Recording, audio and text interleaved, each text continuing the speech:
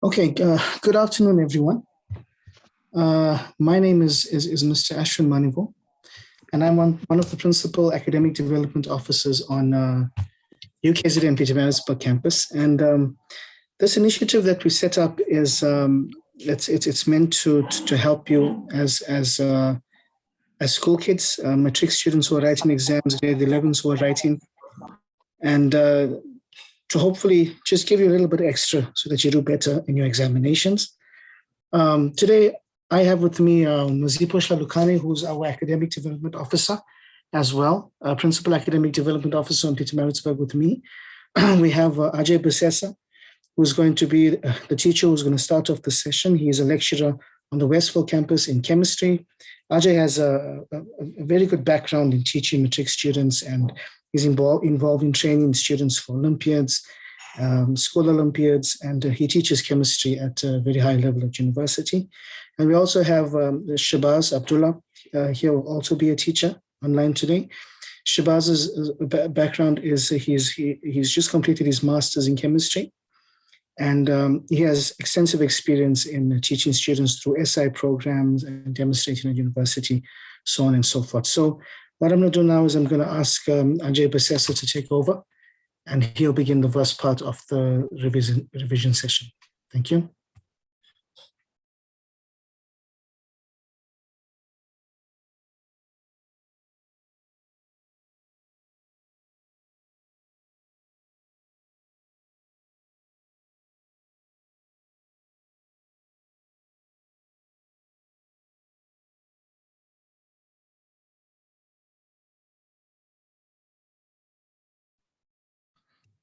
Hi, Ajay, are you online?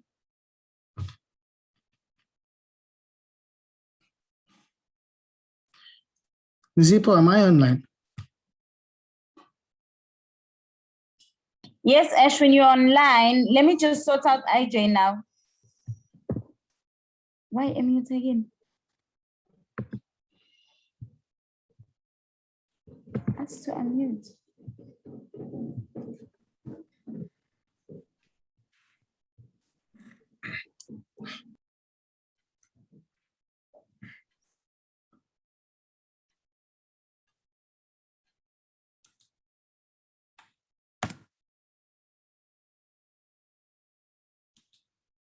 Oh, okay. I'm unmuted now. Thank you. Thank you. Okay, thanks, Ajay. Thanks, Ashwin. You want to also my video? I really don't need to show my face, but it's okay. It's fine. No, that's perfectly fine. I think also with data and connectivity, the video will just slow things down. If you want to introduce yourself, that's also fine. Okay, that's fine. That's fine. I'll share my screen now, and then I'll just carry on. Good afternoon, everybody. I hope you had something to eat and you are refreshed. Look, I'm going to talk to you a little bit, and I'm going to give you some very useful background information, how to prepare yourself for chemistry. We don't want to grapple, we don't want to battle, but we want to understand, right? So I'm just going to share the screen with you firstly, and take you through just give me a second. All right, so I'm sharing my screen with you now, and these are the topics for your grade 12 syllabus, right? So you got organic chemistry, you got work, energy and power, rates and extents of a reaction, chemical equilibrium, acids and bases, electrochemical reactions, and the chemical industry, which I think you've done. You've actually engaged with the manufacture of fertilizers, and you know there's a whole range of different types of fertilizers. Can I just ask those of you that are who've got your audios on to just mute yourself, because I'm getting some feedback on my side. Okay, so what is an important aspect? So I'm just going to start off with the organic chemistry. I have this textbook called Siavula. I'm not too sure whether any of you, I'm sure many of you have got this textbook. It's a free online textbook.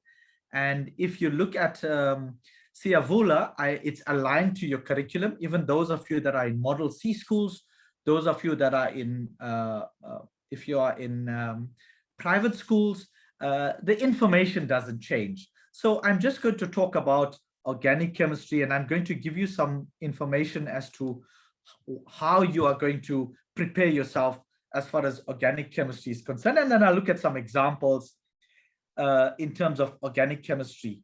So as you can see, let me just share this particular screen so you are able to write. So if you look at the study of organic chemistry, right, we have to understand what are organic molecules, organic molecular structures, Iupac naming and formula, physical properties and structures, applications of organic chemistry. And then you hear about these reactions, which we call addition reactions, elimination reactions, substitution reactions. And then we show you how some of the plastics are made, how polymers are made. But before you can answer anything on organic chemistry, you need to go through the work. You need to go through the information and the basic fundamentals. So I would, I'm saying to you guys, I will make this particular textbook available, but you can also basically get onto the Siavula website and this information is available. So let's look at organic molecules. What are organic molecules? And many of you know organic chemistry is basically that deals with organic molecules. Now, what are organic molecules? And you hear this term, what are inorganic molecules?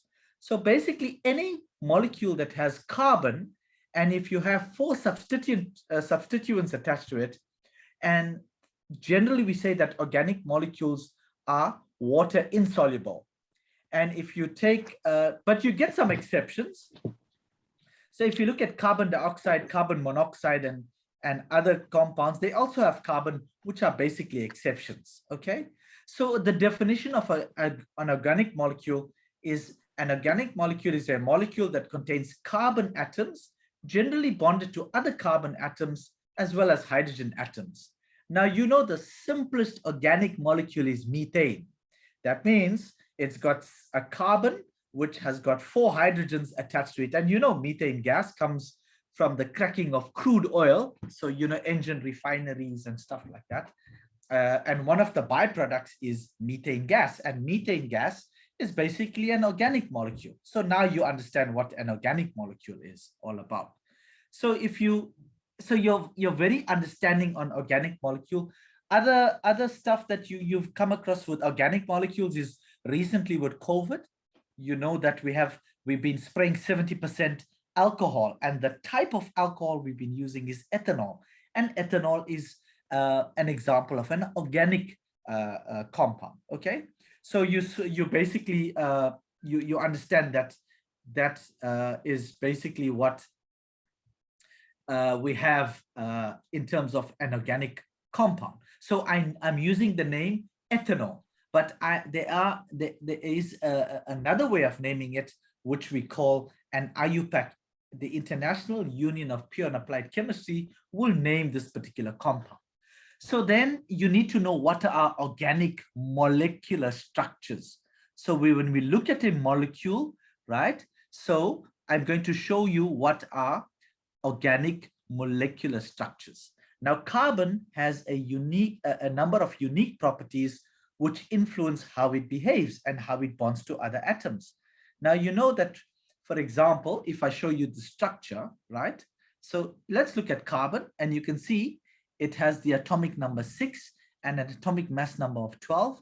So generally, we say that carbon can form 4 bonds, right? And you've learned about the Lewis dot structure. So we're not going to go into those details. I'm just going to go straight into showing you some structures or some molecular structures. And here you have in A, B, C, you have carbon. Can you see you've got 1, 2, 3, 4 carbons? In B, you've got 1, 2, 3, 4 carbons. And in C, you also got 1, 2, 3, 4 carbons. But what did you notice?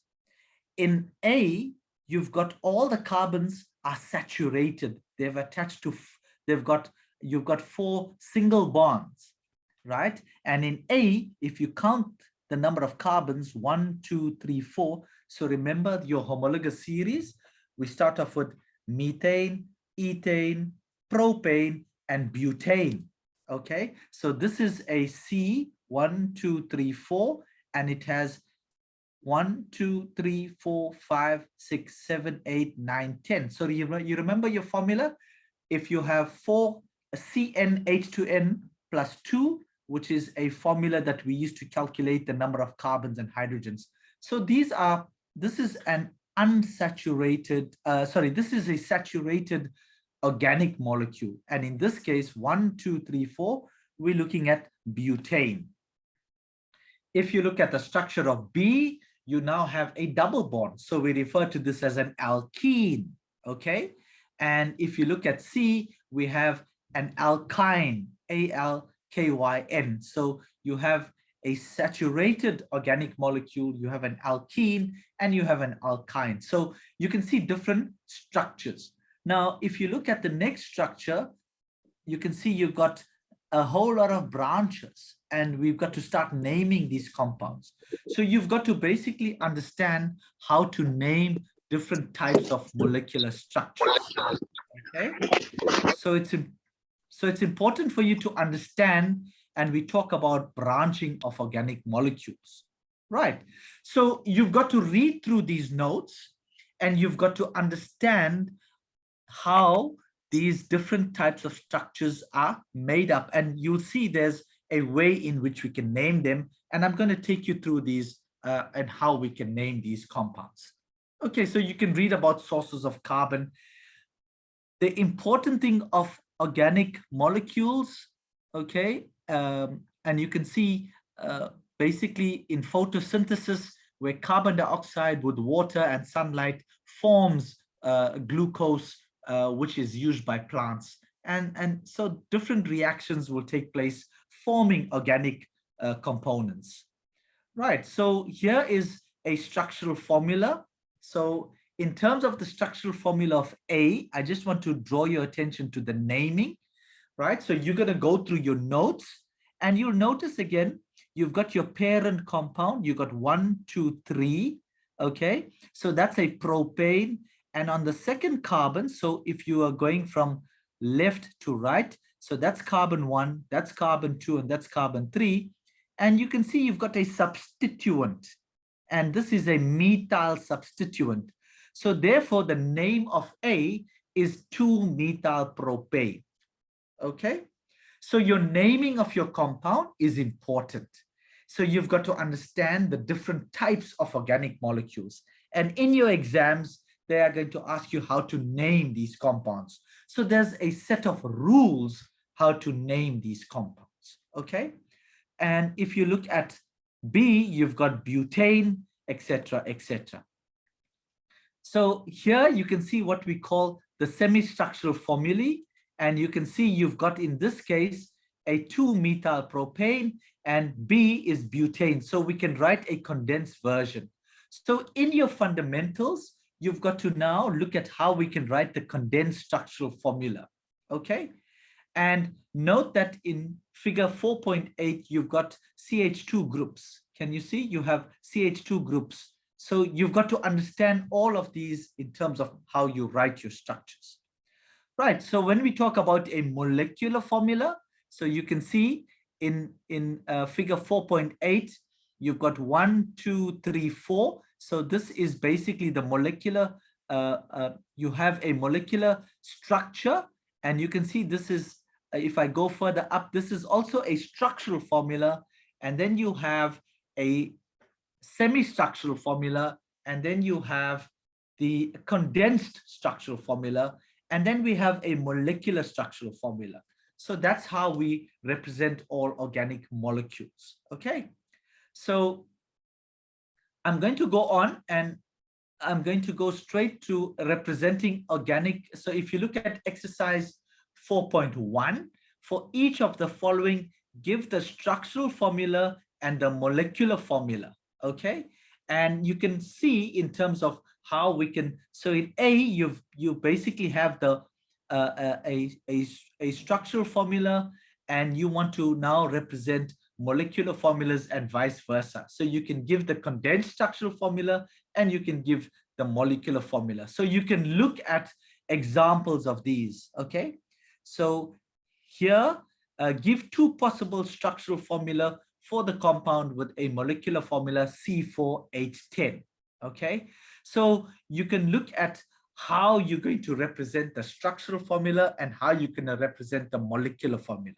Okay, so in the case of number 2, for each of the following organic compounds, give the condensed structural formula and the molecular formula. So in number 1, here is the condensed structural formula, C3CH2CH3. Okay, and in example 2, they've given you the actual structural formula. So you've got to familiarize yourself with that information in terms of organic formulas. Now let's talk about functional groups. Okay, and in this case we're going to talk about functional groups, and I'm going to show you the name of the group, the functional group, an example, and the structural formula. So generally, I told you in an alkane, it's a saturated. So that means each carbon will definitely be surrounded by 4 bonds. And here's an example of ethane. Now the hydrogens are not shown in the, so at the end of each carbon, we've got a hydrogen. So when we put a hydrogen, you can see the structural formula shows you ethane. When you have when you have an alkene, the functional group is a C double bond C, right? If you have an alkane, the functional group is a C single bond C. And here we have ethene. So you can see we have a structural formula for ethene, and we refer to this as an alkene. If you have a carbon, triple bond carbon as the functional group, we refer to it as an alkyne. And the example is ethane. So you can see here's an example of ethane. Okay, so then we have what we call alkyl halides. Alkyl meaning the alkyl group, and the halide is basically coming from the word halogen. And here's an example of chloromethane. So can you see the alkyl group is the methane, but we're just removing 1 hydrogen and we're putting a chlorine atom as a substituent, and we refer to this as a chloromethane. So that's the functional group is the alkyl halide. Then we talk about alcohols, okay? And you can see when we put an OH functional group, the OH is the functional group highlighted in red, and we refer to that as methanol, okay? So you can see the actual structure of this is methanol, okay? In terms of having, so instead of one of the hydrogen, we put an OH and we refer to that as methanol, okay? So our next functional group is carboxylic acids. And you can see we simply put a C double bond O and an OH, and here we have methanoic acid. So if you didn't have the carboxylic acid in red, then you would have had another hydrogen, you would have had 4 hydrogens attached to the central carbon like we had at the top here. Okay, so if you just simply had a carbon with 4 hydrogens, it's methane, but we've now removed 3 of those hydrogens, and we've basically got a methanoic acid. So this is a carboxylic acid group, okay? And we've attached, so this functional group is called a carboxylic acid, okay? So you should familiarize yourselves with basically the functional groups, right? So saturated and unsaturated structures, like I've shown you, this is a saturated compound, meaning all the carbons have 4 bonds around it. So when you have 4 bonds around a carbon, we refer to that as a saturated compound. That means a saturated compound has no double or no triple bonds. If I take you back to the previous example, an alkene is an unsaturated compound. An alkyne is an unsaturated compound. Okay, a carboxylic acid, as you can see here, is it's not a saturated, it's an unsaturated molecule there. All right, so here are examples of unsaturated compounds, and in A you can see an alkene, and in B you can see an alkyne.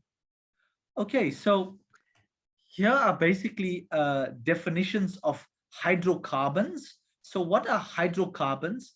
A hydrocarbon is an organic molecule which contains carbon and hydrogen atoms with no other functional groups besides single, double, or triple carbon bonds. So whenever you hear the word hydrocarbons, that means it's an organic molecule with only carbon and hydrogens.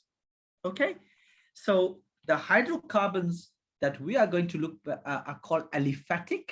So if you have straight chained hydrocarbons, we refer to them as aliphatic. And if you have a ring structure, we refer to that as aromatic. So let's look at some examples. Okay, if you look at the alkanes, okay, if you look at the alkanes, you can see in the case of CH4, it is basically a hydrocarbon. It's a saturated hydrocarbon, and it's an aliphatic hydrocarbon and a simple compound of methane. Okay, I'm not going to go into too much of details at looking at the photos, but I'm just giving you some idea how to understand the information leading to organic chemistry. Okay, so here's an example. An alkane in the series that has 3 carbons, we call it propane. In the previous example, you have 2 carbons, okay, so it's called ethane. In the series of alkanes or hydrocarbons or aliphatic saturated hydrocarbons, so you can see we only have 1 carbon with 4 hydrogens around it. We refer to it as methane. If you have 2 carbons that's saturated with 6 hydrogens, we refer it to ethane. And if you carry on with the homologous series, can you see 1 to 3 carbons? And here we have basically propane. Okay, so you can see we have a general formula CnH2n. So you saw if I had 1 carbon, then 2 times 1 is 2 plus 2 is 4. So if you go back to your first particular alkane series, I've got 1 carbon and I've got 4 hydrogens. And if I use my formula here to give me the number of, if I had 2 carbons, it'll be C2 and H. 2 times 2 is 4 plus 2. That's 2 times 2 is 4 plus 6. So this will be C2H6, which is the general formula of alkanes. Okay, so you are able to work out the general formula of alkanes given the number of carbons that you have. Then I'm just going to point you to the alkenes. And if you look at the alkenes, you can look at basically now what we have a carbon double bond carbon. Okay, so you can see in the form of an alkene, you can only start off with the simplest alkene when you've got 2 carbons attached to each other. Okay, and as you can see, we have a formula CnH2n plus CnH2n. So when you are working out the formula for alkenes, you basically have removed 2 hydrogens from. So if I have 2 carbons, so it's C2 and it's H2, so it's going to be C, so it'll be C2H4. So if you look at the previous example here, okay, you've got 2 carbons and Cn, so it's C times 2, which is 2, and you've got 2 times 2, which is 4. So there's your 4 hydrogens. And you can use the formula in terms of working out the molecular formula for your alkenes. So if you go through all of your examples, understanding what are alkenes. And the same with the alkynes, you can simply work out your general formula of CnH2n minus 2. Right, so if you look at the functional groups, we talk about some of the reactivities and we teach you some of the properties of alkenes, alkanes, and alkynes.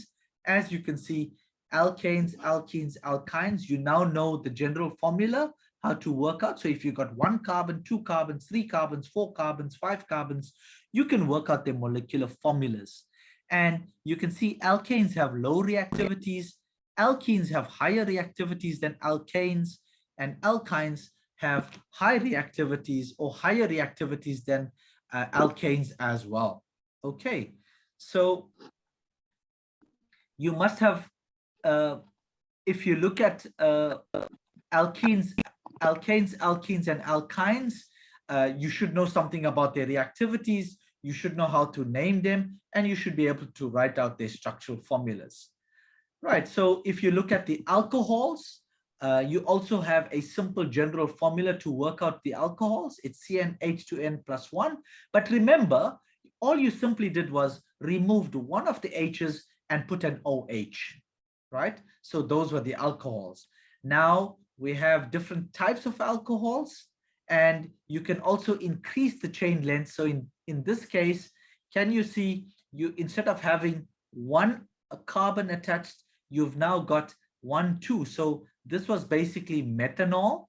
And in this case, this is ethanol, right? So, you know, ethanol comes from the fermentation of molasses, and that's what we put in all our food and beverages. But also we used it quite usefully now during COVID times, as far as alcohols are concerned. All right. So here we have what we refer to as primary alcohols, secondary alcohols, and tertiary alcohols. Okay. Familiarize yourself with what those are and how those work. Then we can look at alkyl halides. In terms of alkyl halides, all you simply did was put a halogen, you removed one of the hydrogens, and you have alkyl halides. So you should familiarize yourself with alkyl halides, how to draw the structures, their reactivities, etc., etc. So you can see in figure 4.3.1, you have a 2-halopropane, okay? So that means you put the halogen in the center, and you can see its formula C3H7 with the X. Now, the reason why we put X is you can have chloride, fluoride, bromide, and iodide, right? So you can see if we put a fluorine, then you have a 2-fluoropropane, okay? So you can simply substitute it with a different type, and obviously putting on different halogens will have different properties, okay? So the haloalkanes, then we talk about a carbonyl containing compound. When you talk about a carbonyl containing compound, I'm sure you must have dealt with aldehydes and ketones, okay? So if you see a C double bond O, we call that a carbonyl group or a carbonyl group, right? And the difference between an aldehyde and a ketone is, can you see, if your carbon attached to the carbonyl group has a hydrogen attached to it, that is known as an aldehyde. But if you have a carbon double bond O and another carbon to the right and another carbon to the left, we refer to that as a ketone. Now, I must tell you, the simplest ketone that you know, and especially girls use, this is acetone. So if I had a methyl group, so if I had a CH3, C double bond O, CH3, that is acetone, and you use that as nail polish remover, okay? So you can have different types of ketones, and can you see on the R groups and the R groups, we can extend those chains, as well as the aldehyde group. So the simplest aldehyde we can get is methanol. So if you have a CH3, COOCH, we refer to that as methanol. Okay, so here you can see different types of aldehydes. You've seen the actual structure of the aldehyde, and then there's the molecular formula of the aldehydes. And here you can see also, this is a condensed molecular formula, and here you have the actual molecular formula of your aldehyde. So you can see you are showing the structure, then you're showing a condensed version of the structure, and here you have, so this is the molecular structure, and this is the molecular formula. So you have the three different representations of your aldehydes and ketones. So then aldehydes and ketones have different properties, different uses. So we have, for example, formaldehyde used in resins. And I'm sure in your exams, they're going to ask you about certain types of aldehydes and ketones, how to write out these structures, and they may ask you for some of the properties, okay? So in your notes, Right, so you would go through carboxylic acids, and I'm going to show you the structure of carboxylic acids. And here you can see a carboxylic acid where you have a C double bond and an OH. Remember, with the aldehyde, we had a C double bond. So we have an R group or an alkyl group with the C double bond with the H. That's an aldehyde. When you see a C double bond with two R groups on either side, it's a ketone. And then when we see a carboxylic acid, you can see the carboxylic acid has got a C double bond and it's got an OH.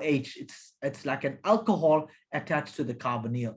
Okay. And again, you can see we have the structural formula, we have the condensed molecular structure, and then we have the we have the molecular. I'm showing you the wrong thing there. We have the molecular formula. Okay. So here we have the structural formula in terms of that. Right. So in terms of your carboxylic acid, here is the structural formula, here is the molecular structure, and there's the molecular formula of the carboxylic acids. And here you can see the general formula given in terms. One of the ethanoic acid is vinegar. Okay. CH3COOH is vinegar. And do you know how you make a vinegar? You simply take ethanol, and if you add oxygen to it, you can get ethanoic acid plus water. So you can see organic reactions between an ethanol and oxygen. So you're oxidizing ethanol to give you ethanoic acid. Okay. And here's the reaction. So can you see how important it is for you to understand the structure? And can you see what you've done here? You've taken basically ethanol. So you know that ethanol is an alcohol. You are adding oxygen to it. And can you see what you've done? You simply added the oxygen. You've removed one of the hydrogens and you've added the carbonyl group. And this becomes a carboxylic acid. So the carboxylic acid. So this is an example of an organic reaction. So you started off with your understanding of the structure. You've understood the name. You can look at the name of the compound, but now you've got to understand what the reagents do. So you've got to learn your chemical reactions. Okay. And this is where your chemical reactions come into play. So I want you to go back to your organic notes and to structure it like this. Get your structures, understand what the functional groups are, and then write out all the reactions of what happens. Okay, so you will then understand exactly what's going on. The next group of organic compounds are esters. Sounds like a girl's name, isn't that? Many girls have this name, Esther, right? So here I want to show you this ester. Now you have methanol. So all of you know what's methanol, okay? It's an alcohol. So remember, if you took methane and we simply removed one of the hydrogens and put an OH, it becomes methanol. And now you know that we have methanoic acid. So it's a carboxylic acid. And if you're reacting methanol with methanoic acid, can you see you've sort of just added, you've taken out this in black, can you see you removed a molecule of water, and it's sort of you join these two together and you formed an ester bond. So you have a CO and a C double bond H. So you have an ester. Okay. And esters are an important group of compounds that we use. By the way, esters are actually used in esters are used, I think, in shampoos. Okay. Esters are used in cosmetics and they have a fruity smell. So you have a whole lot of different applications. So this is an example of an organic reaction, but you have to know what the structures are and the names of the compounds, and when you put them together, what they do. So I want you to take your organic chemistry notes and I want you to go and structure it like this so you'll understand. If you don't put it together like this, you're never going to understand what these things are doing. So when you are writing your organic chemistry exams and if you understand what it's doing. So in an example is a methanol reacting with a methanoic acid. So an alcohol, so you will write an alcohol reacting with a carboxylic acid gives you an ester. So you should know how that works. So you see how easy it is and where it starts, right? So I want you to go through these notes. I'm going to post these notes and it's giving you the examples, okay? So let's look at this example of functional group. It says, write down the name of the homologous series of these compounds. So go and look at the homologous series and understand what it means in terms of the compounds, okay? I'm going to finish off because my colleague Shabazz is going to take a paper and he's going to also look at some papers. Organic chemistry is a very, very large, it's a very large section, but I believe you can score a lot of marks in the naming and in the understanding. So we talk about isomers. I just quickly want to tell you about isomers. Shabazz, I'll finish off in the next couple of minutes. So isomers, it is possible for two organic compounds to have the same molecular formula. Now you know what's a molecular formula, right? If you look at the molecular formula, it's basically something like this. I'm going to go up and show you a molecular formula, right? Here, C2O2 or C2H4O2. That's a molecular formula, okay? So now if you have a compound and where we're looking at isomers, okay, it is possible for two organic compounds to have the same molecular formula, but they have a different structural formula. So here in A and B, if you count the number of carbon atoms, 1, 2, 3, 4, and here 1, 2, 3, 4, and if you count the number of hydrogens, 1, 2, 3, 4, 5, 6, 7, 8, 9, 10, 1, 2, 3, 4, 5, 6, 7, 8, 9, 10, they have the same molecular formula, but they have different structural formulas, okay? So these are what we refer to as isomers. You can see with alcohols, you also have two isomers, okay? The same molecular formula, but different structural formulas. What did you notice here? The OH is sitting on this carbon. So they will have two different properties, okay? So you can see in this case, you put the alcohol group on the third. So these, if you look at the formulas, and if you look at the three isomers, so in A, you have pentan 1-ol because it's sitting on the first carbon. If you look at B, you have pentan 2-ol because we moved it to the second carbon. And C is pentan 3-ol, you move it to the third carbon. So it's important for you to understand the different isomers. They will have different names and they'll have different functions. They will have different properties, okay? Different boiling points, different melting points, etc., etc., right? So you can have a look at the esters. The esters are the same. You can have different types of isomers for esters, okay? So if you look at melting points and boiling points of organic molecules, you can see that they will have different melting and different boiling points in terms of the different components, okay? So a carboxylic acid, in terms of the functional groups, you can see they have different boiling points. So if you have a carboxylic acid and an ester, you can see we can use them to our advantage in different applications. Okay, so here in this section, what is Iupac naming and how do we name compounds? I did bring you to I brought your attention to what is an alkane, what is an alkene, what is an alkyne, what is an alcohol, what is an aldehyde, what is a ketone, what is a carboxylic acid, and what is an ester. So you're going to now how to name compounds. You're going to use the rules. Okay, we have what we call Iupac Rules. Iupac stands for International Union of Pure and Applied Chemistry. And here it says, recognize the functional groups. So here, if you recognize the functional groups, you know what you're working with. It says, find the longest continuous carbon chain, right? So in your homologous series, if you have one carbon, it's a methane, ethane, propane, butane, pentane, hexane. You have an idea what I'm talking about. Number the carbons in the longest carbon chain. Look for any branched groups, okay?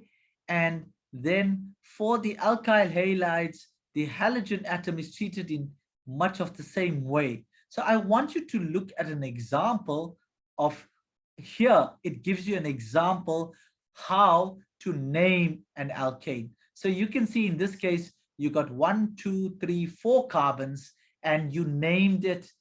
So it's basically got the longest. So it's, if you look at methane, ethane, propane, butane, so it's a butane. So the solution here is you're going to find the longest chain, and you're going to number the carbons in the longest chain like you did. And then basically you're going to look for any branch groups. There's no branch groups here.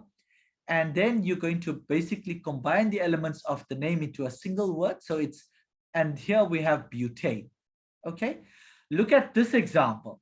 You're going to find the longest carbon chain. So we got 1, 2, 3, and you got 1, 2, 3. Okay, so now what is happening? You got the same number of chains. So it says identify the functional group. The compound is a hydrocarbon with single bonds between the carbons. It is an alkane. Find the longest carbon chain. These are 3 carbons in the longest chain. So even if you go 1, 2, 3 or 1, 2, 3, it doesn't matter in this case. So you can see in this case, you have 1, 2, 3, and in blue you have 1, 2, 3. Okay. So look for the branch and then combine the elements so you can see how to identify in terms of if any branching takes place. So in this example, you've got 2-methyl propane because the branch is sitting on the 2 group. Okay, so go through these examples of naming, and in example 3, you can see they work with a little bit more complex example. And in this case, the compound is a 2,24 trimethyl hexane. So you can see a 2,2 because the 2 methyls are sitting on the carbon, which has the lowest numbering. And here's another methyl that's sitting on carbon 4. So you're going to find the longest chain, and you're going to number the branch starting with the lowest carbon. Go through these examples, and it will help you understand how to name compounds. There's quite a lot of examples here which you can go through. Okay, I'm going to post this particular book onto our website. You can access it, look at these examples. The rules are very clear and so forth. Okay, so you can see all the rules. And then it gives you the naming of alkenes, and it will give you the, so here's an example with alkenes. Remember, in terms of the alkenes, now you're going to have the word ene. So if it won't be ane, it will be ene. Okay, and with alkynes, it's going to have "-ine" at the end in terms of alkynes. Okay, so naming of alkynes, you see the suffix, that means at the end it's going to be "-ine." The suffix for an alkene will be "-ene." Okay, so here's examples how to find the longest branch chain, where the branching takes place, and the parent name takes on the word "-ine." Okay, so please go through these examples, and it'll help you how to name compounds. If you have any problems, you can email us on our website and we can help you. But these notes are very useful to help you basically understand how to name these compounds, and you can get full marks in the exams. Here's another example of naming a halo alkane. So remember the word halo coming from halogen, and all they've simply did is put a halogen in the center. So what you're going to do, you're going to look for the longest number and longest chain, and 1, 2, 3. So you can see on the 2 carbon position, you've got a chloro group. Okay, so whether you start numbering from the left or the right, it won't matter because this is a symmetrical molecule. Right, so as you can see, it'll give you the answers to the naming of these particular compounds. Right, so also the naming of alcohols that you will go through. So alcohols are put, and you can see again, This is going to be, now it's sitting on carbon 2, so you can see you got your main name is going to be all. So this will be 1, 2, 3. You can call it propan 2-all, okay, in terms of the naming. So it's propan 2-all or 2-propanol, because the parent compound is an alcohol, okay? So you can go through the naming of all the different functionalities in terms of how we name compounds. Okay, so naming of aldehydes. So it also shows you how to name aldehydes. And in this case, your compounds have the word in terms of your naming. Okay, so in this case, this is a ketone. So it shows you how to name. So it has the word own. And in terms of the aldehydes, you will have the suffix at the end al, pentanal or hexanal, something to that effect when you're naming aldehydes. And when you're naming ketones, you will have the suffix "-one". So it'll be acetone or butanone or something to that effect. Okay, so look at all of these examples and it will take you through how to name compounds. You can score very easy marks by going through and understanding so carboxylic acids, the same. So you can see there's a carboxylic acid, C double bond OH. It's a carboxylic acid functionality, and generally we write it to the C double bond OH.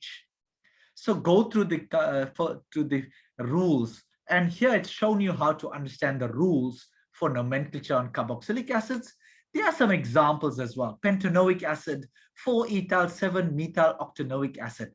Test yourself and draw out these structures. Draw the structural formula, the structures. You can do the condensed structures, and you can do the molecular structures of those. Okay, and the naming of esters. So go through the range of the naming of esters as well. Okay. So I think the last thing, I just want to stop now because time seems to be just running away with us.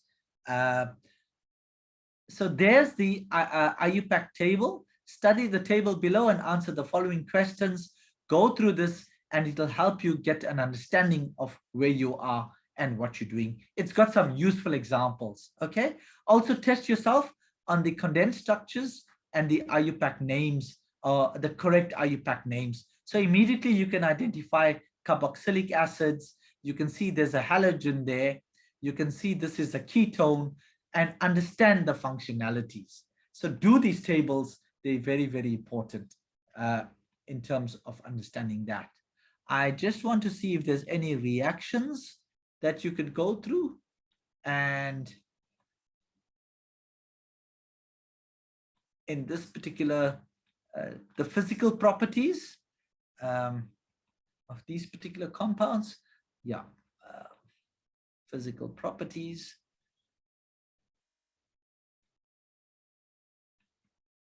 Okay. You're most welcome to look at the information on physical properties, boiling points, etc., etc. All right. And I'm just seeing if you've got.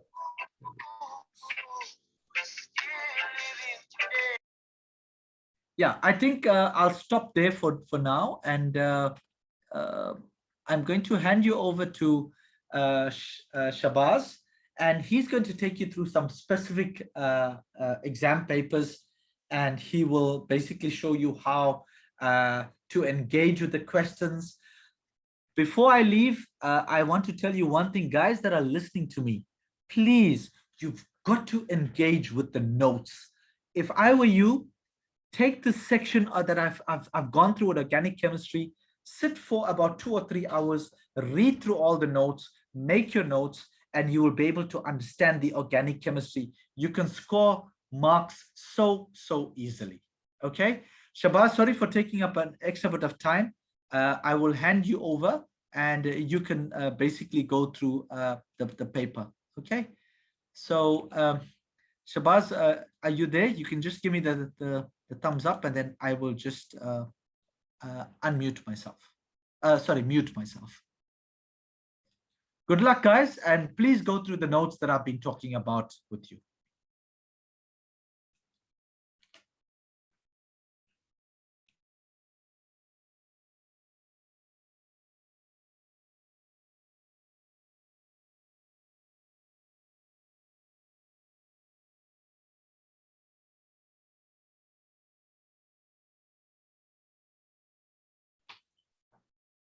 Hi, Shabazz. Are you logged in?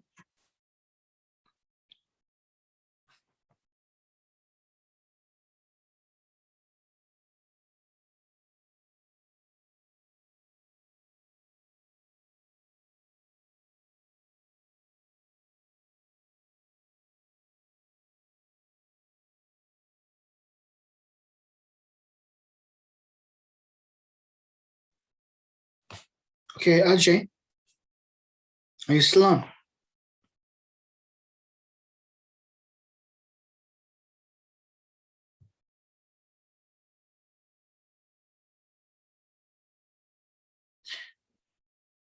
Okay, we seem to have lost Shabazz. Let's just give him 1 minute to get back on, right? Please bear with us. The load shedding and stuff that's happening, we will run into this every now and again. Just give us 1 minute.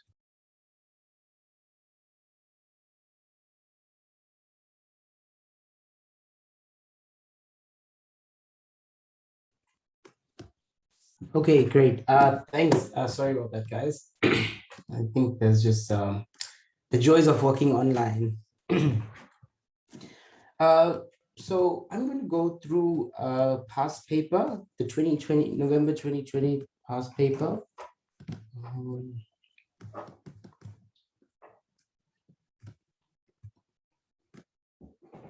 For the NSC exam, yeah.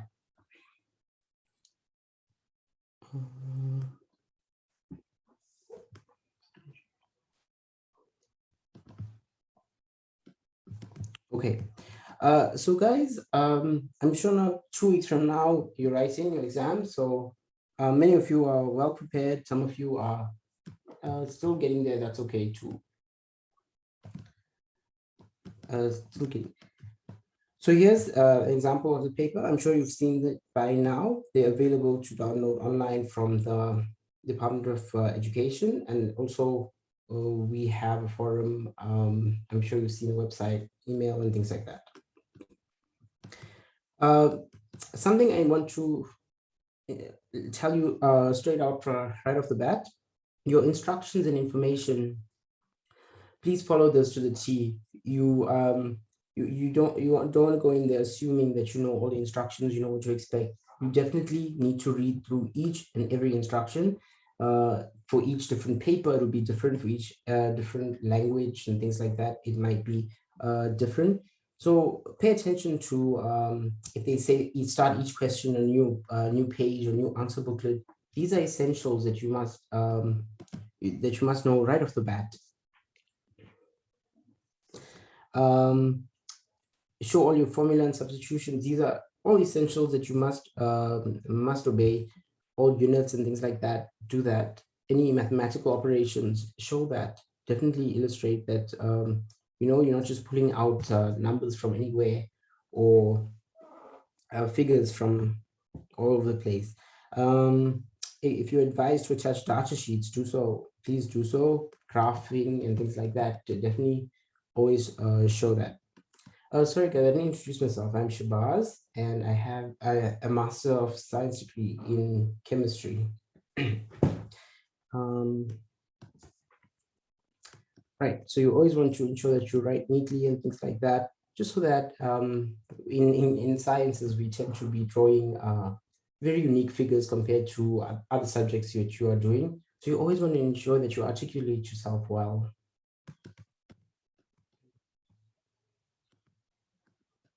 Okay.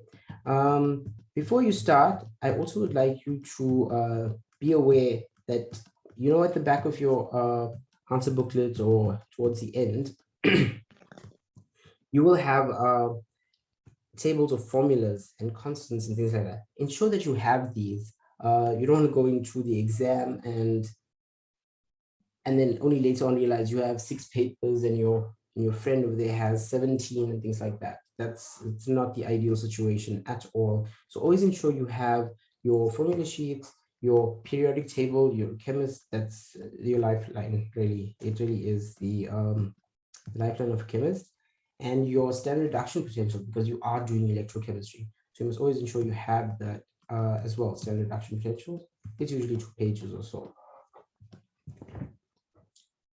Okay, we'll see how far we can get, guys. Let's look at question 1. Right over here, we're just choosing A to D, right? Only one letter. So in other words, only one answer is correct.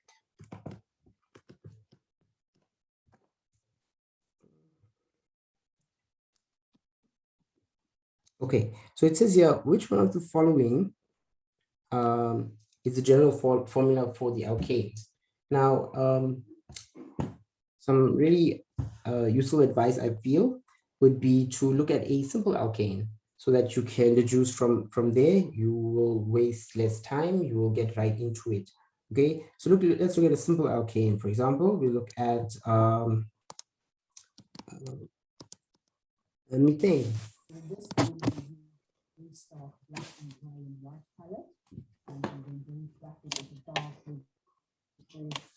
Hey guys, I'm getting feedback. Is this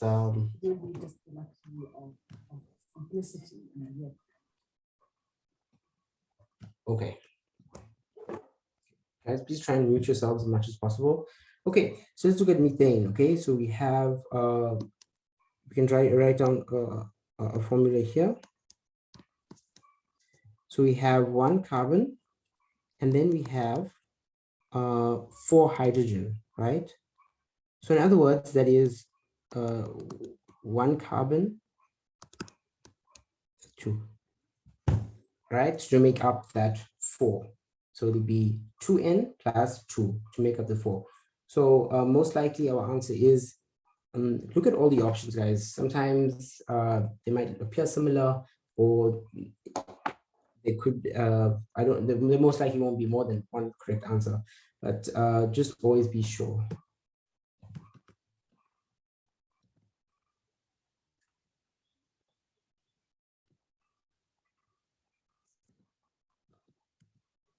Yeah, just always be sure.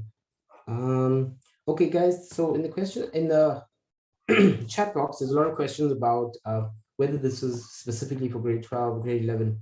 Grade 12 is not very far from grade 11 with respect to content. In fact, how it used to be is that grade 10, 11 is to groom you for grade 12. And a lot of the times you were at grade 10 and 11, we were doing metric papers as practice. So it won't confuse you. It can only prepare you really for metric, and definitely benefit you attendance of these sessions. Okay, sure. So 1.1, so we deduced that CN H2N plus 2 will be our alkane. That will be our alkane general formula. Okay. Let's look at 1.2. So if you look at 1.2,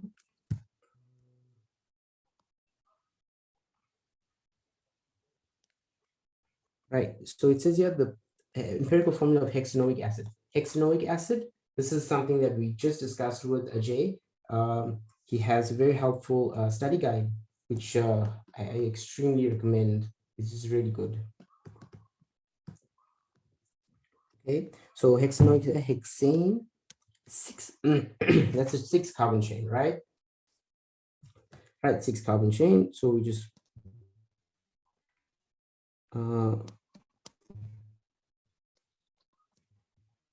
okay, as much as possible, guys, try and draw out structures so you're always sure of what they are is required. Okay, so we have hydrogen.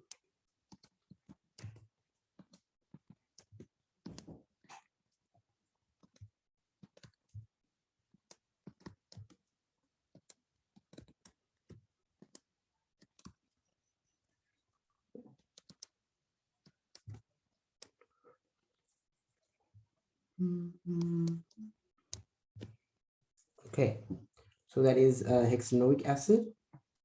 We have 2 oxygens there. We have 12 hydrogens, 1, 2, 3, 4, 5, 6, 7, 8, 9, 11, 12 hydrogens. And then we have 6 carbons because it is hexanoic acid.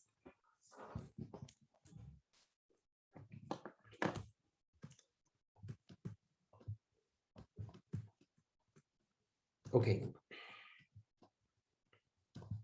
Right. So that's how we would approach that question. Try as much as possible to draw structures, like I said. Okay. Which one of the following is the correct structural formula for methyl ethanodes? Okay, guys. So it's an methyl ethanol, that's an ester. Okay. So by coming down and seeing the table, you can see that A over here is just like what we've drawn above there, a carboxylic acid, C double bond O, OH at the end of carbon chain. Okay, so that would be propanoic acid. Over here we have ethanoic acid, C double bond O. Yeah.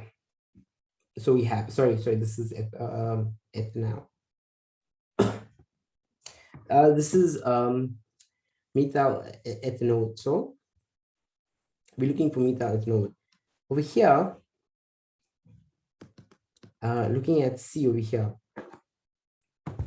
we have a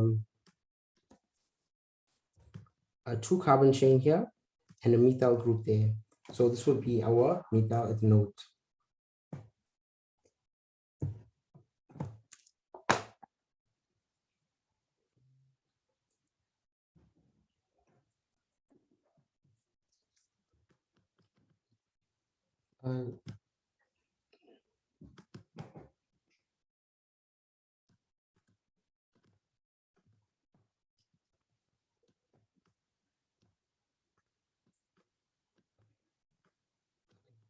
Looking at 1.4, okay, so it says here zinc granules react as follows with excess hydrochloric acid solution, HCl, that's aqueous.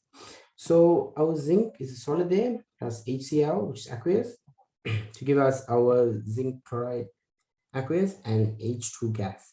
Right. Which one of the following combinations of volume and concentration of HCl will result in the highest initial reaction rate for the same mass of zinc granules used?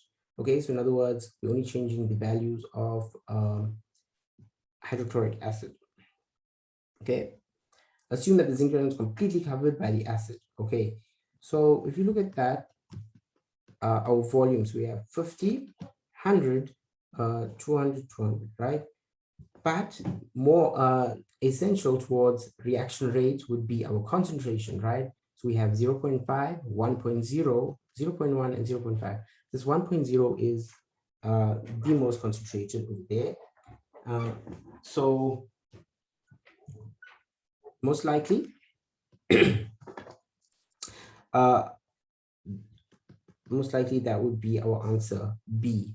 Although it's 100 moles, it's still significantly more concentrated. So that is why it will. That is why that will affect our initial reaction rate the most. Yeah, because it is a higher concentration, highest concentration. Okay. All right, that's fine. Okay, looking at 1.5. Okay. The role of a catalyst in a chemical reaction is to increase. Okay, so now we know that a catalyst, it will give us our same products, give us the same yield, but we just get there faster. So it is to increase the rate of the reaction. It lowers the activation energy. Yeah, so that's what our catalyst does. It increases the rate of our reaction by lowering the activation energy. Okay.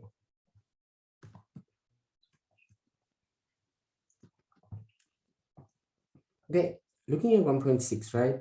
Consider the equilibrium represented by the balanced equation below. Right, so we have chromate here plus 2H to give us Cr2O7 plus H2O, right? This is an exothermic reaction. Delta H enthalpy is less than 0. Enthalpy is negative. Right. So we know that an exothermic reaction occurs. Now temperature of our system increases due to the evolution of heat. So in other words, heat is released to the surroundings.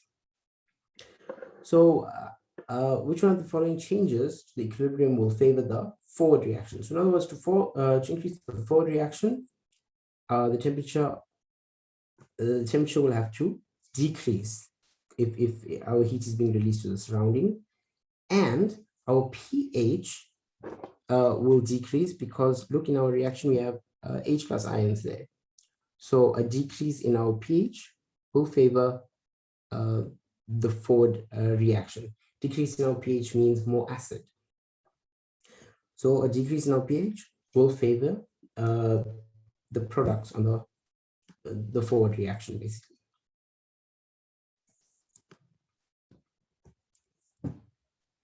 Okay, looking at 1.7, our conjugate base of HPO4. Right, so the conjugate base of HPO4, we can draw that out where we have PO4 3 minus and H plus. So in other words, we've removed an H plus ion, and we have, this is our base from there. PO4 3 minus, and that will be our conjugate base.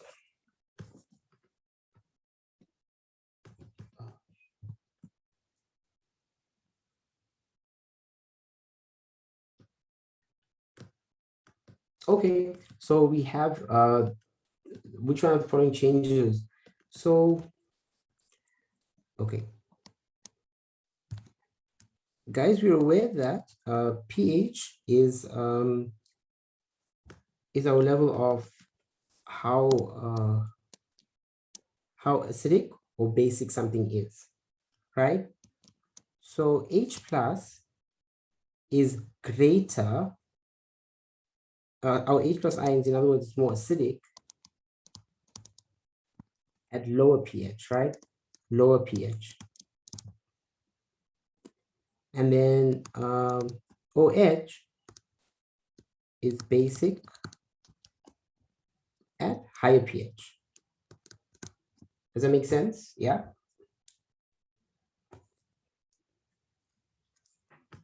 So that is why a decrease in our pH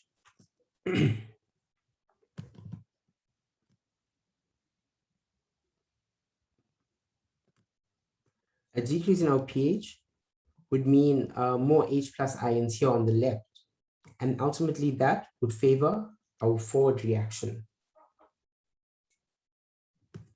Because basically our, okay, sure.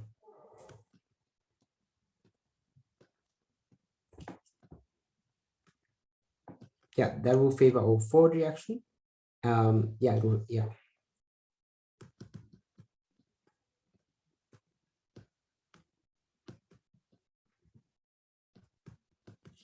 Okay. So we have question here 1.8. Which one of the following reactions will proceed spontaneously under standard conditions? Right. So if we look at our reaction equations here, we have nickel 2 plus plus H2 to give us nickel solid plus 2H plus. Right.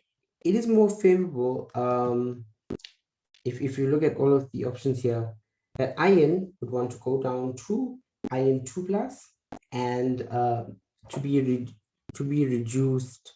Okay, it would most likely want to be reduced and gain an electron to Fe2 plus. Okay, while our iodide ion here, it would lose an electron to give us iodine 2. This one makes the most sense. The other ones, our bromine and our chlorine, these ones won't occur. These are not favorable. Okay, we must look at our oxidation states in the case of metal, and our iodine, it would want to be our oxidation state would want to oxidize. Sorry, you want to oxidize.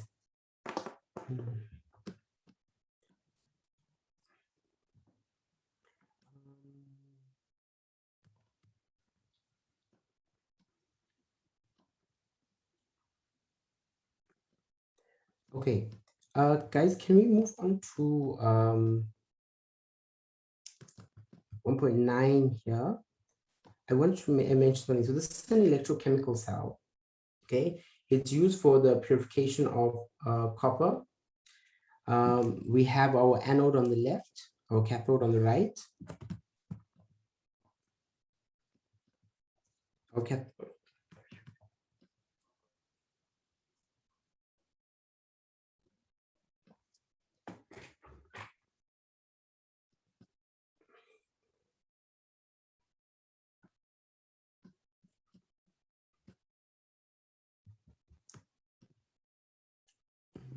We have our anode on the right, on the left, our cathode on the right, and so on the left we have oxidation occurring. These are mnemonics I used to remember this by. So oxan and red cat. So at the anode we have oxidation, and at the cathode we have reduction. So it's asking us which one of the graphs below represents the change in mass of our electrodes, P and Q, during the purification process, right? So in other words, we know this is the purification of copper. Purification of copper. So over here we would have copper oxide.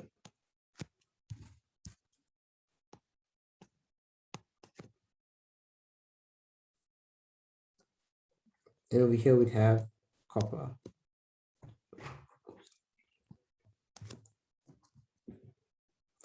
So when we purify copper, then this will increase the mass of copper oxide forming, okay, which is the P over here. So when it's asking us over here, which one of the graphs below presents the change in mass of P and Q during the purification process? So we're purifying copper oxide. Copper, purifying copper to give us copper oxide. Over here, we have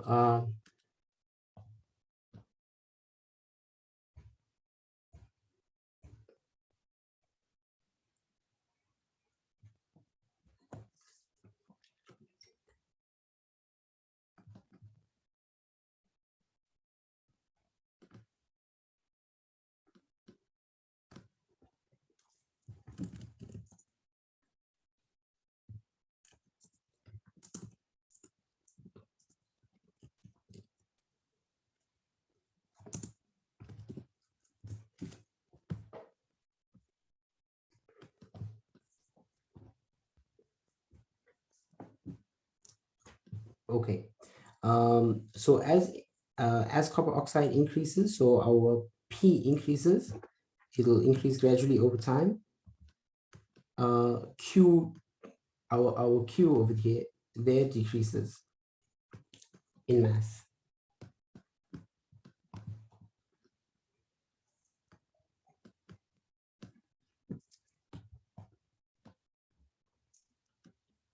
Over time.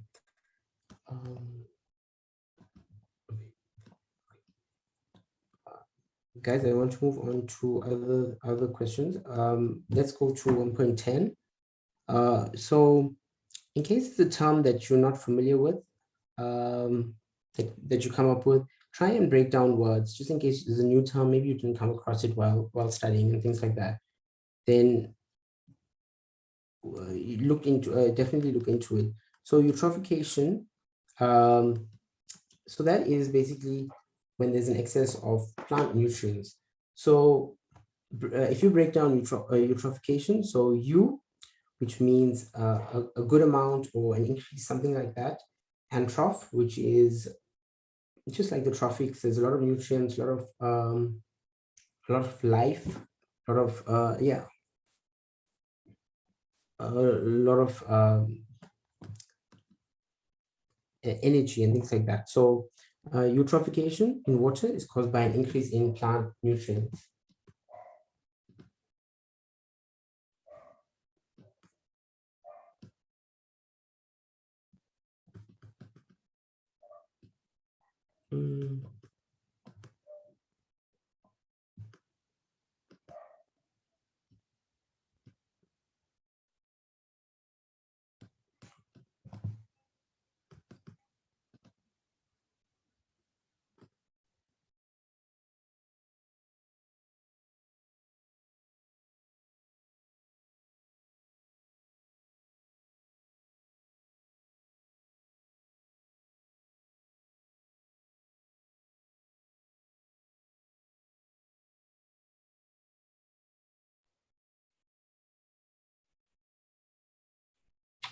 Okay, Shabazz, are we completed?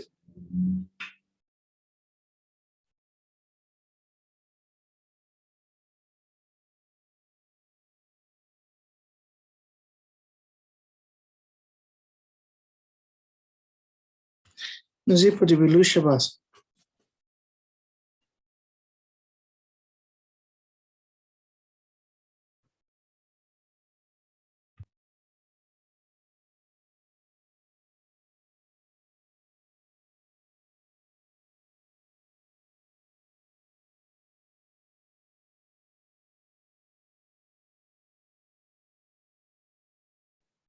Okay, everyone, just bear with me 1 minute while I get Shabazz back on.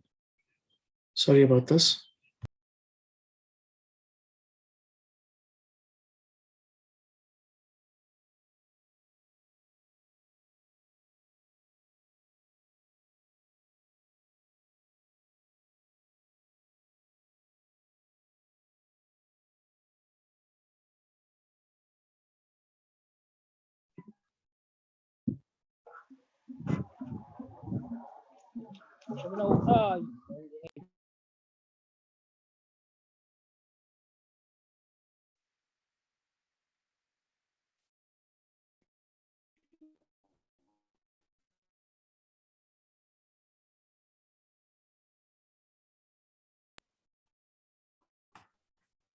Okay, Shabazz will be back on in a few minutes, in a few seconds.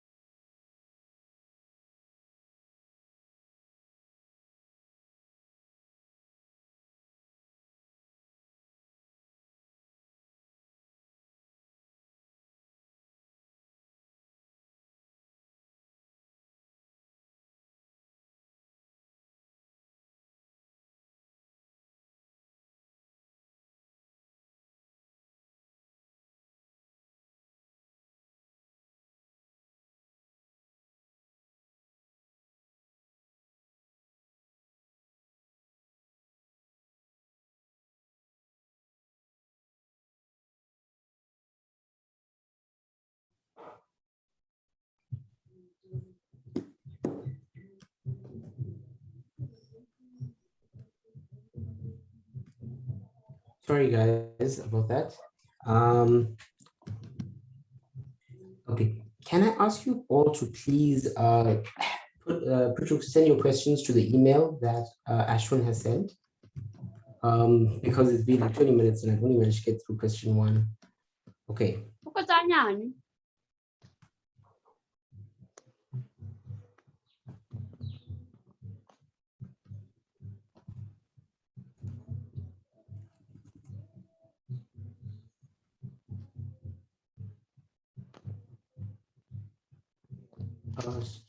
Sorry, you.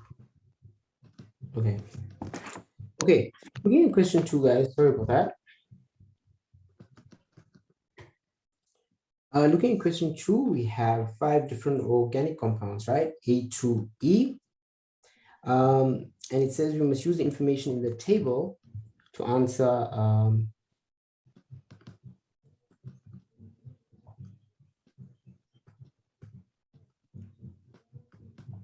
the questions that follow. Right, for compound D, right? So if one here, pentane 2 on. We must write down the homologous series. So homologous series means it's family. So basically what family is does this compound belong to? Okay, pentane 2 on. So we know that compounds with this O and E at the end of it, that belongs to the ketones. So that's a ketone. If it was something like an aldehyde, then guys, I'm getting feedback from some people's mic. Can we please mute ourselves?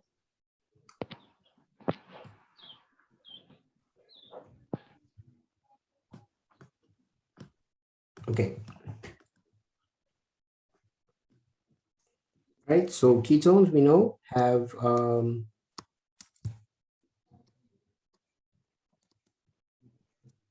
a carbonyl in the middle of a carbon chain. Okay, so in other words, it's not at the end, because that would be which brings us to question 2.12, the Iupac name of a functional isomer. So something similar to that.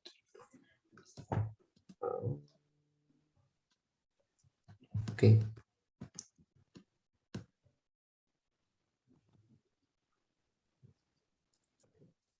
So we have pentane 2 on. Okay.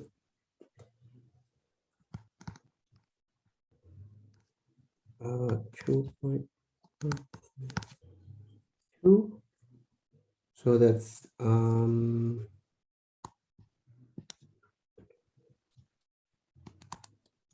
okay.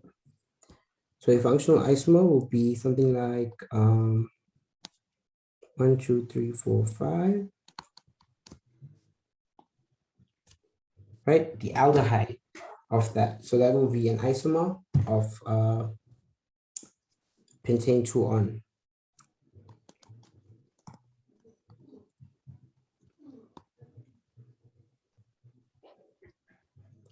Otherwise known as pentanal. We can just write pentanal, guys. We don't need to put pentane 2L, because we know that for aldehydes, it is on, it falls on an N carbon, just as Ajay has mentioned to us.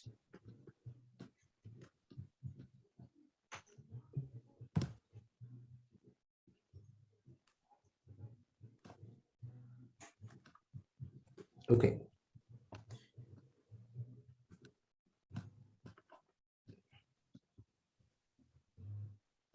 Okay, moving on.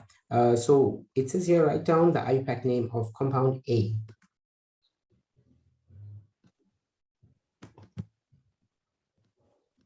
Okay. Write down the Iupac name of compound A. So we have over here,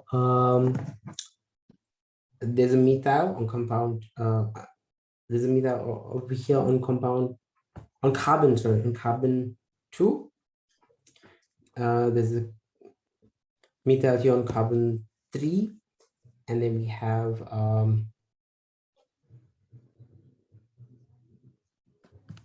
a bromo atom here on carbon, on this carbon here.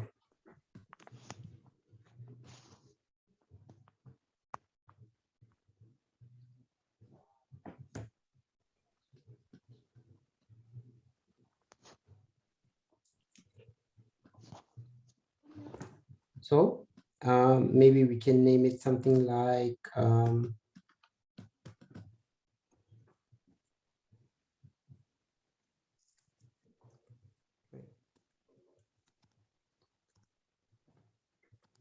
we can maybe something like 5-bromo.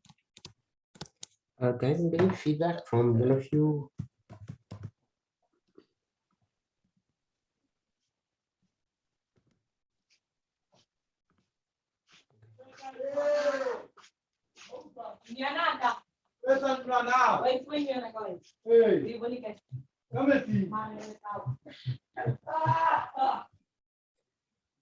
Okay, so we have 5-bromo, 2,3 dimethylhexane.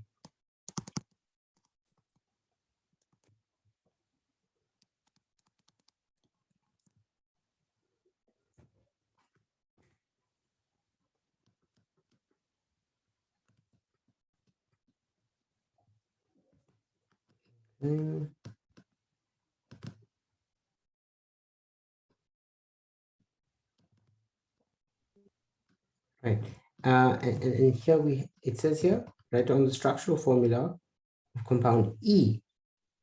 Okay, so it's 4-methyl-pent-2-ine. Sorry, could I please ask you all to mute your mic?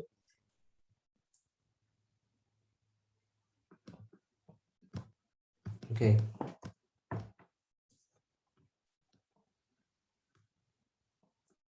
Okay, so we have an alkyne here for 2.2.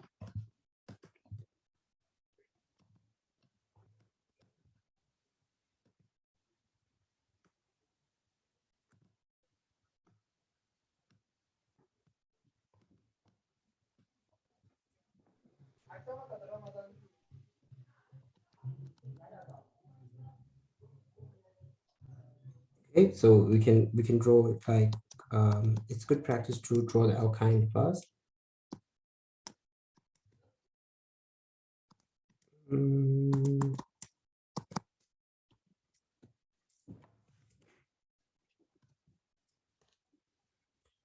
Right, so we have 4 methyl pentuine. Yeah.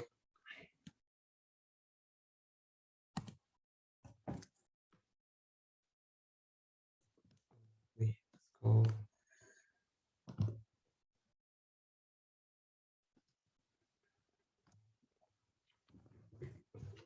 That means our longest chain of carbons must be 5.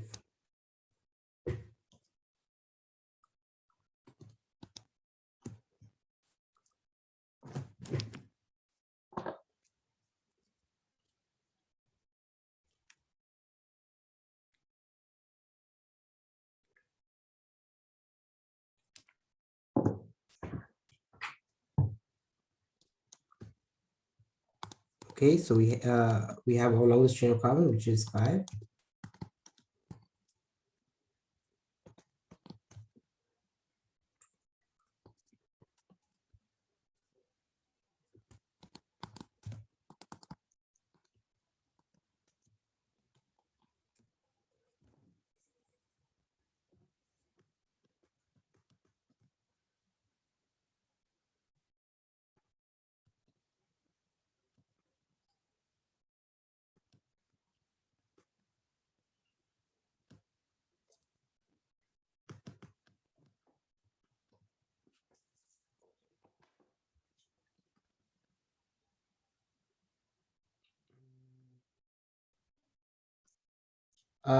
So sorry guys, there's a question here. Okay, so for question 2A,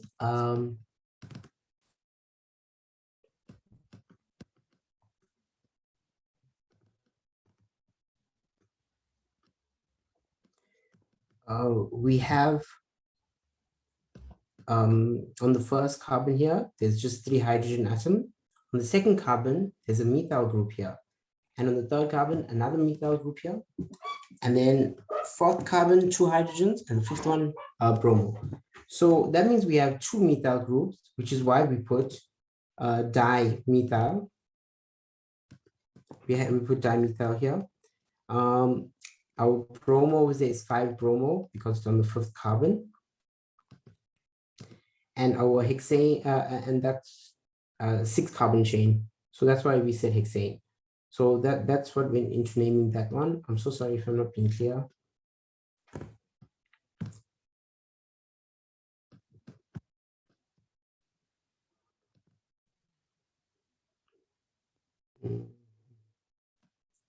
Okay, so let's move on to 2.3.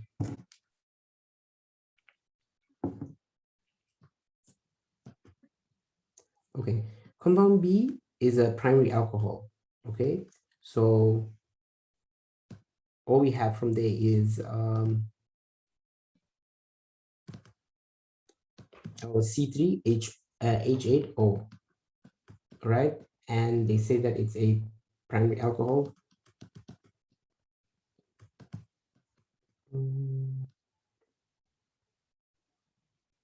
Okay. So the meaning of a primary alcohol is that our carbon atom is bonded to a hydroxyl group. So there's our carbon here. It's bonded to an OH group, okay? Hydroxyl is OH, and then bonded to only one other carbon. So if I can show you, yeah. So here we have a primary carbon. Okay, it's bonded to only one other carbon, carbon chain and things like that. Okay, so this is what makes it a primary.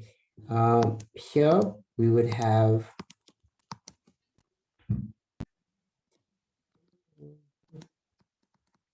in this case, that would be a secondary carbon. because it's bonded to two other carbon atoms. Okay, there's your alcohol there, but it's bonded to two other carbon atoms. So that would be secondary.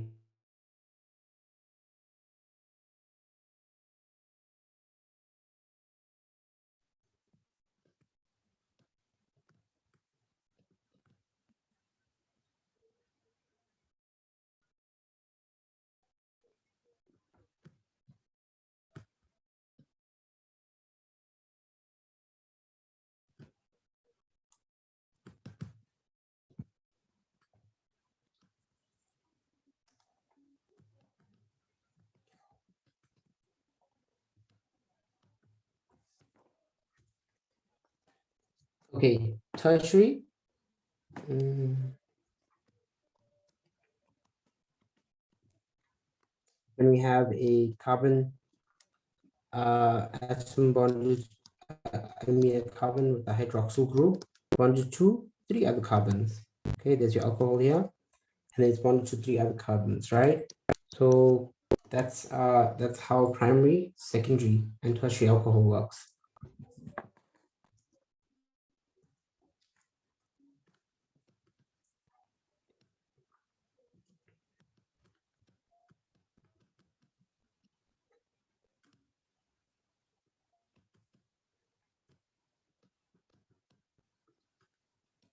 Okay, so something else you can say is the hydroxyl group OH is bonded to carbon atom with two hydrogen atoms. That's fine as well.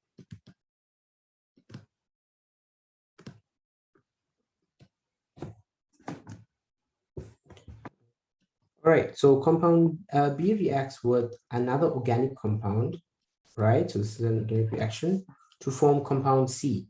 So it's telling us that compound B, our primary alcohol, reacts with another organic compound, which is X, to form compound C.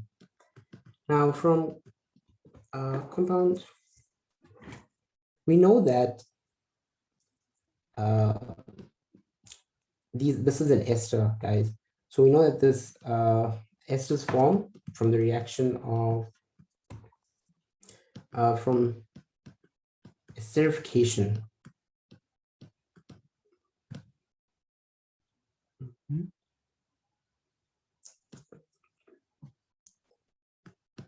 Right? So that forms from esterification. It's about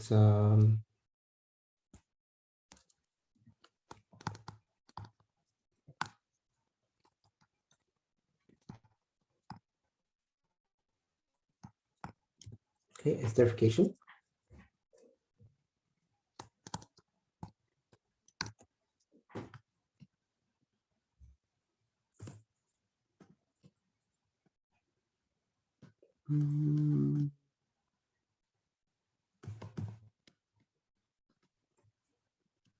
Okay.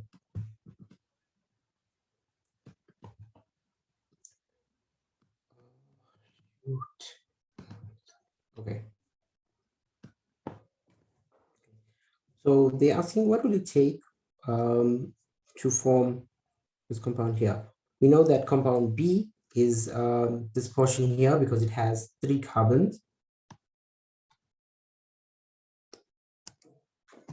So that's how we get that portion there. And then our carboxylic acid on this side here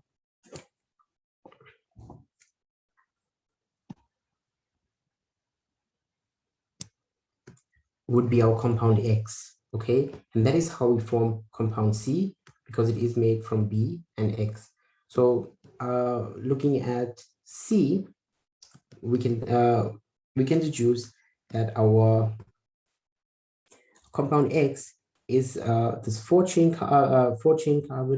carbon chain compound with a carboxylic acid on one side. So that would be butanoic acid. So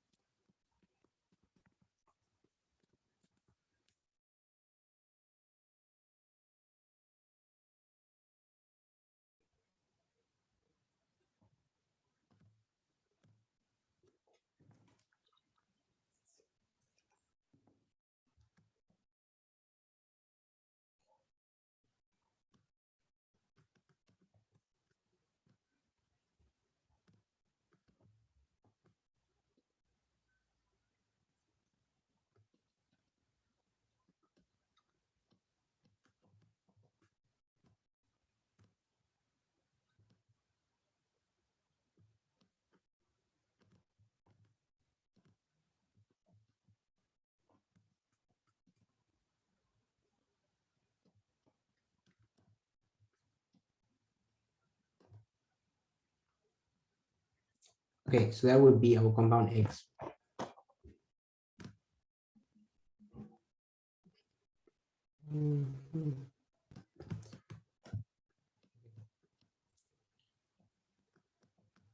Okay, moving on to question 3.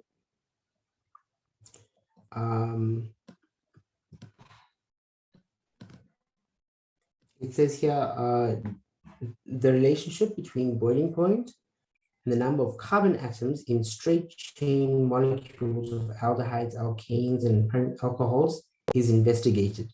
So each of these A, B, and C represent these different groups of compounds.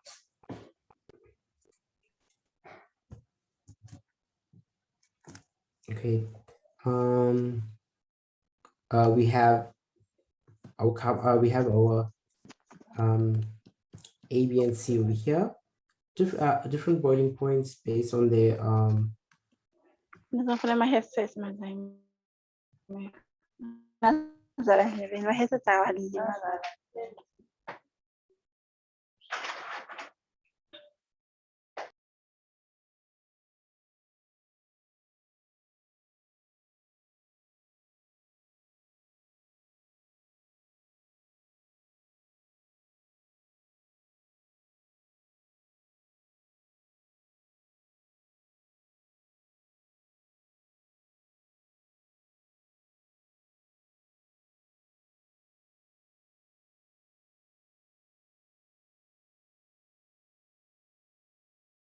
Okay, I think that Shabazz dropped out again. It clearly seems he's having connection issues. Just allow a few more seconds. I'm sure he'll be back on again. My apologies for this.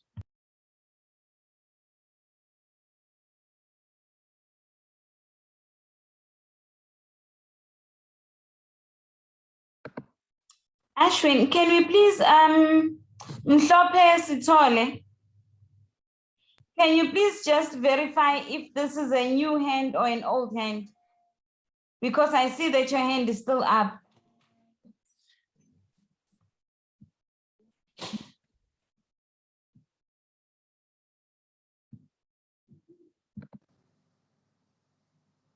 Okay, so when Shabazz comes back, I'm going to ask him to please address your question. Or maybe you can post it here in the chat, and then I will ask him to please discuss it with the rest of the class.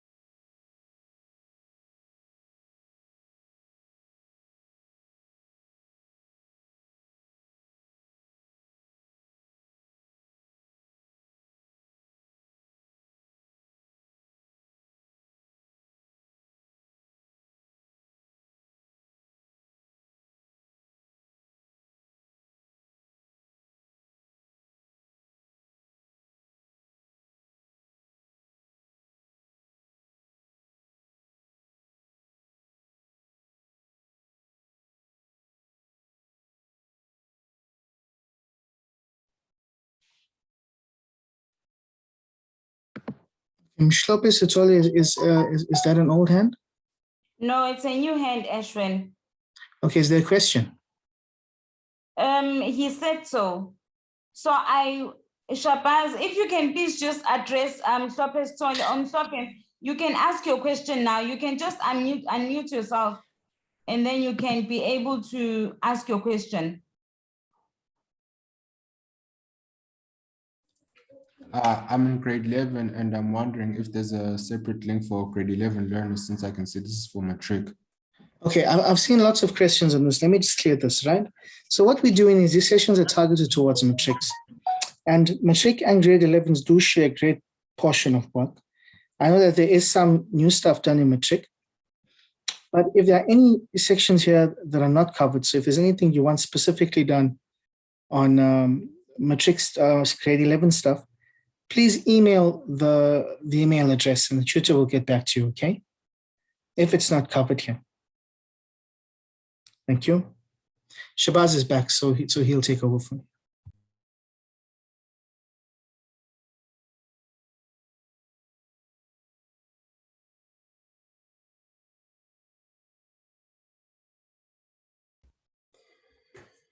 Right, apologies guys. I've been not having the best time with my internet connection here. Right, we were looking at question 3. We saw A, B, and C, and they each represented either aldehydes, alkanes, or primary alcohols. Okay, so boiling point, the general definition of boiling point is the point at which a solvent or a solution starts to vaporize or turn into a vapor. More scientific definition, I think you'll be more familiar with the temperature.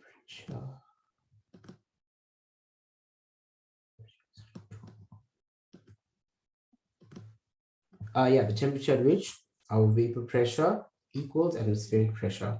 Okay.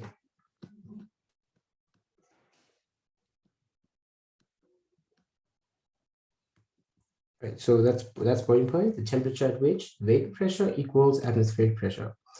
Okay, so it says here 3.2, write down the structural formula of the functional group of the aldehydes.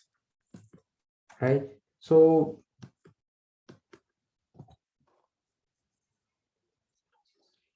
okay, I hope you can see my screen now, guys.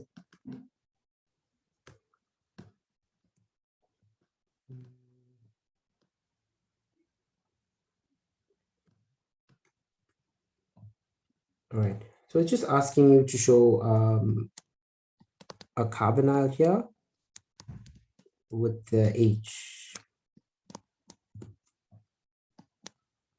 Yeah, that's fine. That's fine. So basically, it's just a carbonyl at the end of a carbon chain. Okay, the graph shows that the boiling points increase as the number of carbon atoms increase. Fully explain this trend.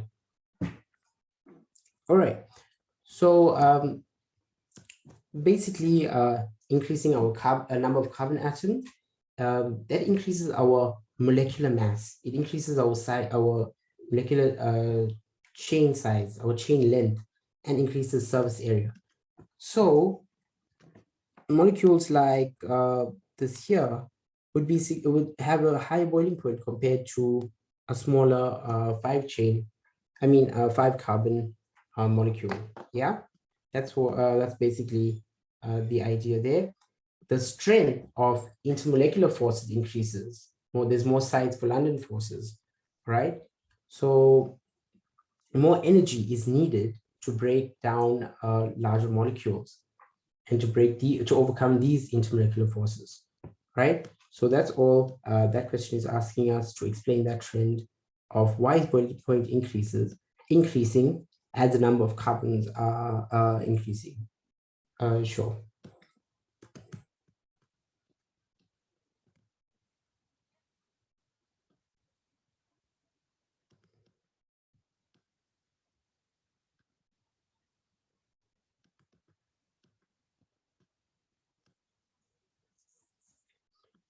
Right.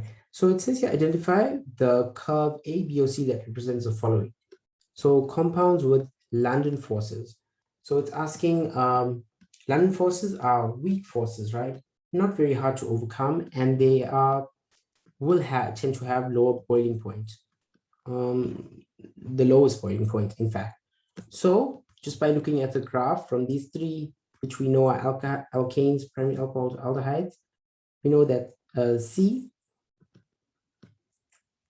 observes London forces. They observe the weakest of all forces. That's how we know that its boiling point is lowest. Okay, 342. So the aldehydes. Okay.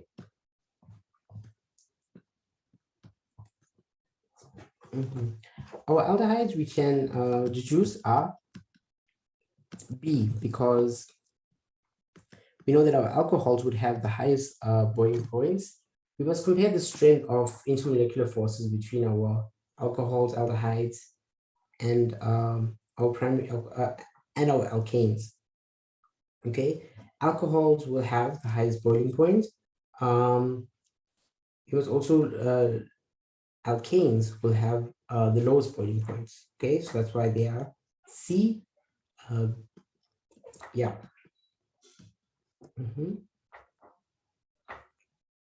There's more energy required to overcome the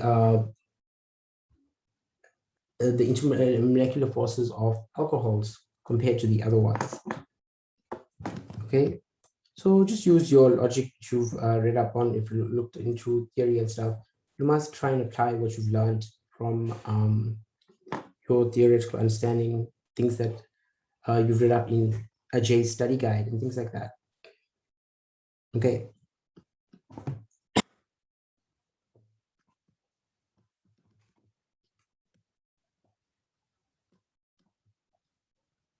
Okay.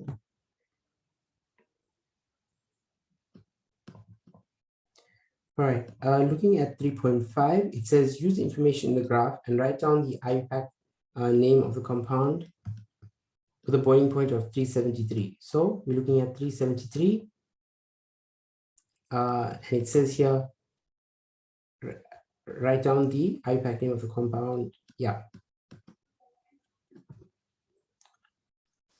So we have over here, it's the aldehyde. Okay, we said B was the aldehyde. We deduced that B was the aldehyde, and it has 4 carbons here, right? So a 4-carbon aldehyde, that would be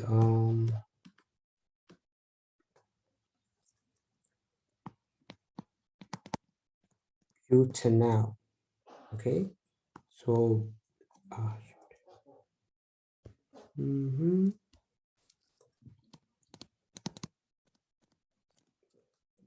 butanol is our 4-chain carbon.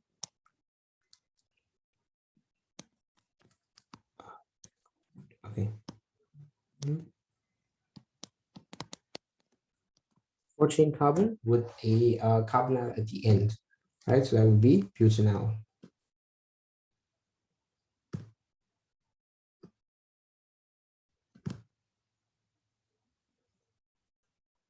Okay.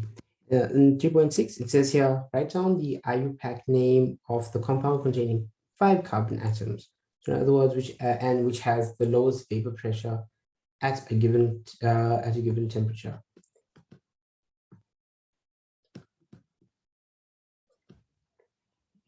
So in other words, our lowest vapor pressure at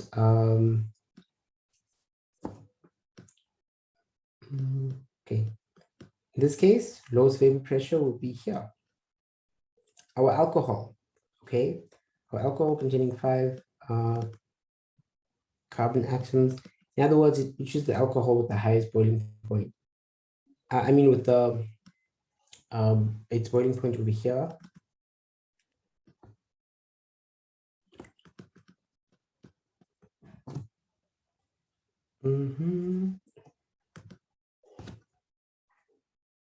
Right, so that would be pentanol, pentan 1-ol.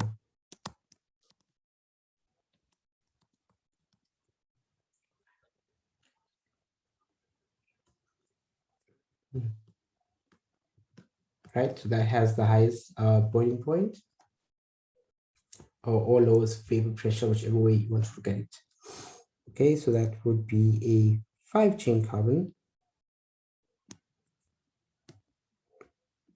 And then an OH at the end. Okay, you can draw it how you like. Okay, thanks guys. I'm sorry about how my internet went off. I don't know if we have more time for more questions. Please send us your questions on the email and we'll respond to them. Ashwin? Okay, is this all you're covering today, Shabazz? Yeah, yeah.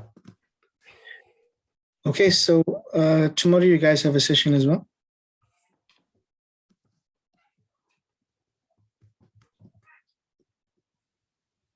Are you still on, Shabazz? Yeah, I am. Yeah, we have Okay. another session tomorrow. Session, is it going to be past papers again tomorrow? Yeah, I think we'll proceed from 4 onwards. Okay, so you'll complete the rest of this paper and probably start something else Yeah, tomorrow. yeah. Also, I want to respond to questions which came in the inbox and things like that. Okay, is there anything you want to respond to on the chat? Have you had a look at the chat? Okay.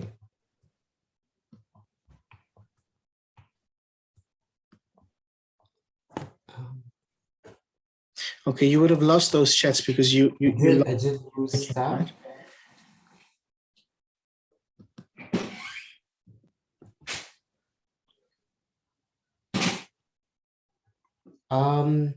Ashwin, there's someone who's looking for the maths one. Is it happening concurrently with this one? I don't know. Okay, okay. If you look at the timetable, the math took place this morning. Okay. So I'll post the link to our teaching learning page. Okay. Then what you can do is, if you go to the page, you'll find the dates on there, right? Okay. They're asking in the chat.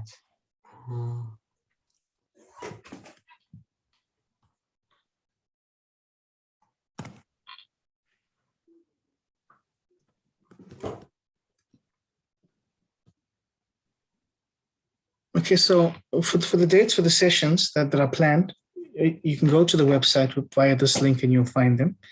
If we are setting up any other sessions, just keep an eye on this link, and we'll post them in that place first before we do anything else.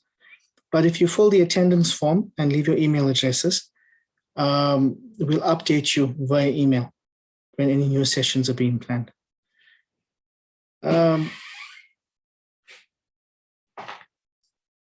Shabazz, do you want to tackle some of these questions in the chat that have just come up?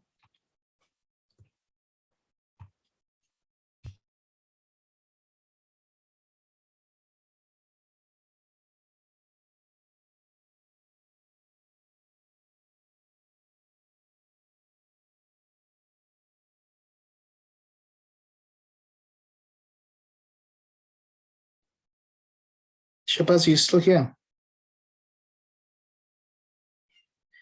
Okay. Shabazz's connection is really giving him a difficult time. Okay, we've come to 3 o'clock then guys. What I suggest you do.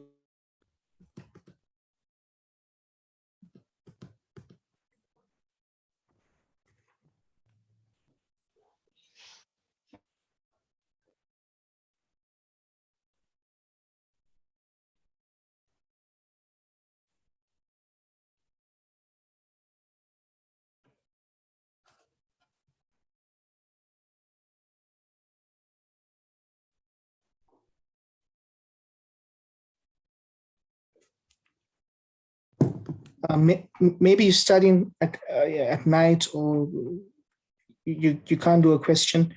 If you come across situations like that, just get your questions together and send them to this email address, and somebody will get back to you. We'll try to do that as quick as possible within a day or two.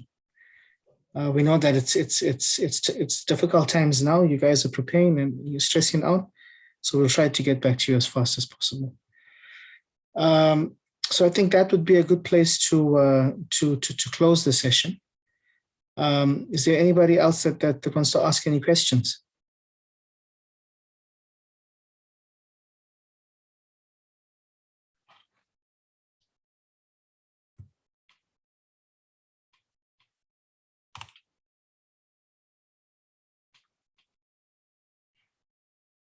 Okay, are there no questions? You don't have to put your hand up. You can just unmute yourself and speak.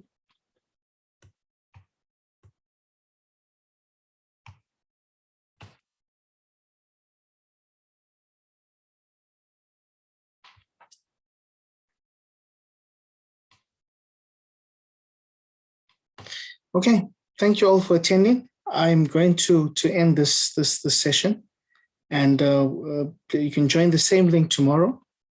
Please look at the times on the website and the pamphlet for when you can join. Okay, thank you.